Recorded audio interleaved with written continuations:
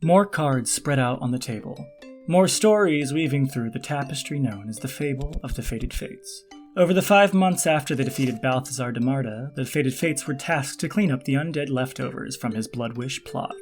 During those months, we all had a little extra time to do certain things.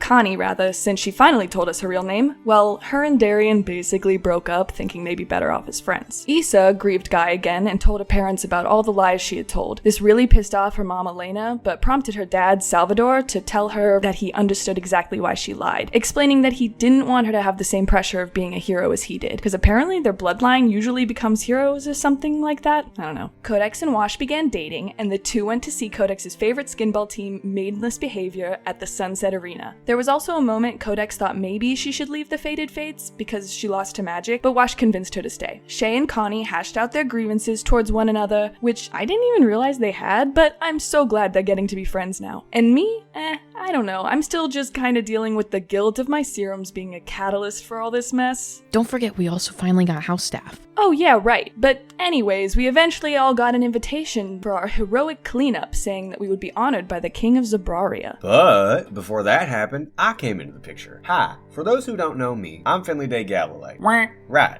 And Cinnamon, martyrs of Ponte sent by the very much alive Fiara de Marda to bring the Fated Fates to her and the other martyrs in the wild. But before we could do that, we had to go to the 5th Precinct to go to this heroes banquet to be honored by the king. So if Finley was to join, he had to officially be a Fated Fate. Great, so now there's 7 of us. Honestly, I'm totally fine with that, since now we at least know Casimir and Fiara are alive. So we all got ready, and the next day we were escorted to the Morning Castle in the 5th Precinct, where we were given an audience with the king. King Gil, as he liked to be called. He seemed to be kind of like a ditzy king who didn't really want to be in charge, but he said the 7 Septim Guilds and his husband or something forced him to stay as a figurehead since, he was of the Bart bloodline, like the guy who wrote the tome Fiora used against Balthazar. I liked Gil. He was very sweet and real, which is more than we can say for some people we've met. After meeting with him, the banquet began, and lots of people we have met thus far were there, as in all of our families, including my sister Ish, who I have kept secret this entire time, and Connie's parents and living sibling Axel, and with that, her aunt Lady Seraphima and her entourage. Yeah, as awkward as it was seeing my mom there after our fight, Connie had a pretty tough time, since it seemed like she hadn't seen her family since the death of her brother Ezra, and they were still pretty mad at her for leaving them high and dry. And because of her being involved with us Fated Fates, led both Lady Seraphima, her dad's sister, and Bull Lady Arathia Burke to snoop around the Rousseau household. Apparently, the Rousseau plot is pretty complicated, and it resulted in Connie stubbornly fighting with her parents and sibling all night. It didn't seem like fun. I had a pretty good time. Well,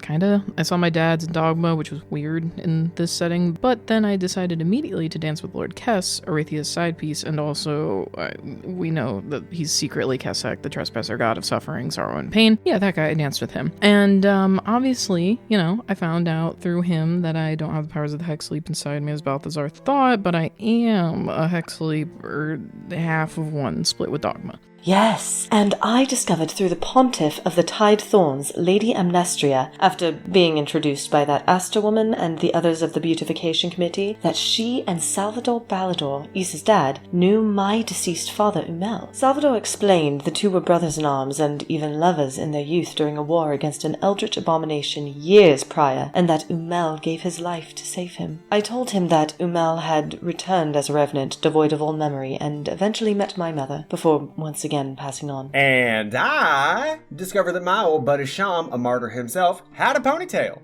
Which is weird because he hates when his hair isn't down. But the woman with him, Lady Leadra, a disguise for this Maud person, told me in my head she believed he was being puppeted by Arathia. So, Cinnamon pounced on Sham's shoulders and bit the jewel-encrusted hair tie off his head, and boom! The real Sham was back. Though, we couldn't let Arathia know that. So pretty much the whole night was a big headache, and was even worse when we got back to the Pale White Castle Keep, since Maud and the new non-possessed Sham returned with us. And when hearing us say we wish we could just teleport to the Martyrs of Ponte headquarters, drunken Maud accidentally did so. Needless to say, we were not expecting to be there that soon, and neither were Fiara nor Casimir for that matter. They welcomed us and gave us rooms for the night in their mineshaft base of operations in the wilds. It was good to see them. As we slept, they told Finley that Rush, who actually survived the Beast at sharp at it, even if he was a bit scarred up. And Willow found another Dawnwood diamond. Codex and Shay snuck out at night and found a very depressed-looking Balthazar in a cell and goaded him to speak, which he did, surprisingly. And not surprisingly, he did it with his usual Balthazar,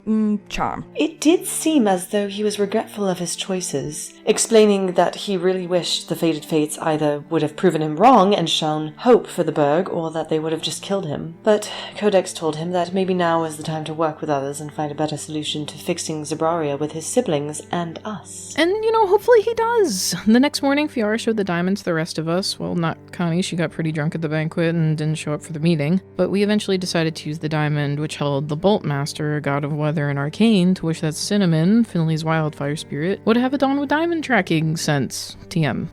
Patent pending. After that, while we waited for Connie to wake up, we drank at a tavern in town, and I opened up about myself to my new friends and allies. I explained that Fiara and the Martyrs took me in when I was 10 because, actually, funny enough, Connie's grandfather, Tarek Rousseau, used to be the bull of the Vol Multitude army, and marched upon my family's village of Doshan Moor in the wilds to steal our ancient rats and texts. But my mother, head of our fire druids, enacted the village's last resort to protect our secrets from falling into the wrong hands, and blew up our village, leaving me, the sole survivor and the keeper of our rights. I explained, even though not very easy to say to the other Fated Fates, that the Burg was the real enemy to everyone in the wilds. The Burg and its people are essentially our oppressors. Apparently, the mentioning of Doshan Moor was enough to prompt some rando to pass our table and explain that a fight club was happening in the now crater at Doshan Moor. And this pissed not only Finley off. Well, yeah, of course it did. These assholes put a fight club in the remnants of my home. I get it. I was just saying, surprisingly, it pissed Wash off too. Well, this fucker had the tattoo I warned Codex about. The one with jagged teeth and a grin. It's the tattoo for the crime syndicate known as the Falso Ivories. The same fucking people who took my parents from me when I was a kid. So of course we were gonna go to this fight club and kick the teeth in of every Falso there, which actually, got even doubled more down with everybody being on board, because Cinnamon had his first diamond detector vision, which was an image of the Falso's tattoo with 3 Dawnwood diamonds in its mouth. We waited for Connie to get up, which was a whole thing. Basically, we all had an intervention with Connie and gave her a bit of an attitude check because, well, the girl needed it. She was dealing with a lot by herself and taking it out on everyone else. During this, we actually found out a lot about Connie and her aunt, Lady Seraphima. Connie begged to be Seraphima's public daughter of sorts when she was younger, and her aunt, because she couldn't have her own kids, asked her to. She told us she was the original Adelaide. The one Shay saw as a ghost was a replacement when Connie had tried to rebel against her aunt, but still needed someone to make an example of. Yeesh. She then explained when she returned home and tried once again to rebel, that's how her brother Ezra got killed and her other sibling Axel got disabled, which I guess explains why her family was mad at her at the banquet. We kinda all together, with even Fiara and Casimir too, sat down to say we needed to be there for one another. But after that powwow, we left Fiara and Casimir and had Finley guide us through the wilds to Doshan Moor. Yes, and along the way we were yet again met by the beast, whom Issa tried to talk to, prompting it to rush at us. I'm sorry, okay? And she was saved by the ancestor of the bloodline Salvador had told her about, though. Another purple tiefling turned heavenly celestial called Vivica, who warned her very many great-granddaughter to stop throwing caution to the wind and gave her and the rest of us what we call Vivica's Eye, which sporadically gives us visions of the past.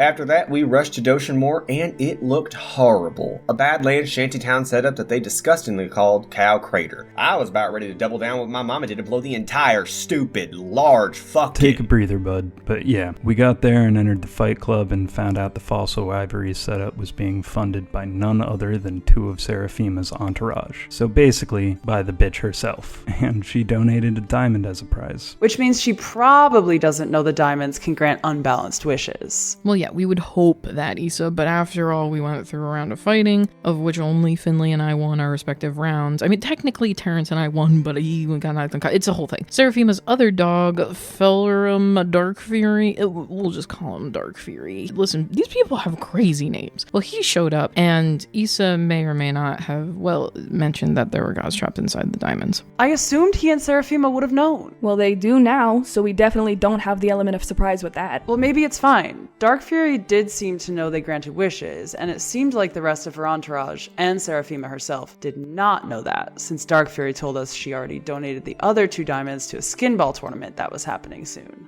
Anyways, Dark Fury's powers in the Fight Club were crazy, as were everyone else's, because below the fighting ring was not only the Dawnwood Diamond of what we assumed was the God of Chaos, but also the freaking beast. Codex and Finley, joined by Issa, fought Dark Fury while the rest of us tried to steal the diamond, which Shay did, but began to be consumed by shadows and chaos immediately, as she met the 4 variant, the God of Chaos. Yes, and Dark Fury seemed to be more than a match for our 3 friends, but seemingly chose to submit at a point. Though, when influenced by the Chaos Diamond, Codex instructed the man to kneel, which prompted her to see a vision of a darker Dark Fury with multiple red bloody arms that scared her to her core. After he submitted, the 3 of them met up with us as Shay was still stuck to a diamond. Finley casted Daylight to stop the shadow consumption, but that seemed to only piss off the beast, who slashed at the roof of the room and murdered everyone above in Cow Crater, which I can't say I'm too mad about. Every fossil deserves to die. Yeah, there was nothing but those flesh ribbons and yellow flowers when we left with Shay, who was comatose around the diamond, like holding it. So we put down camp while we were heading back to the Berg, but then the beast showed up and snatched Shay, which was crazy, and then prompted Finley to call Fiora and Casimir for help, and then they took us back to the Pale White Castle Keep and sent Rush and Willow out to search for Shay and the diamond. With nothing else to do in the meantime, I suggested we find my old gym trainer Eunomia to see if she could teach us skin ball so we could get ready for the tournament to get the other 2 diamonds that Seraphima donated. Yeah, and Connie told us that her aunt had a gauntlet that seemed to take blood from people and maybe also make wishes like Balthazar's chalice. This is helpful since Seraphima was our next big adversary with the whole Dark Fury and others in her entourage debacle. Man oh man. Well, Finley, what do you think of being a fated fate so far? Right. I'm really just hoping Shay is okay.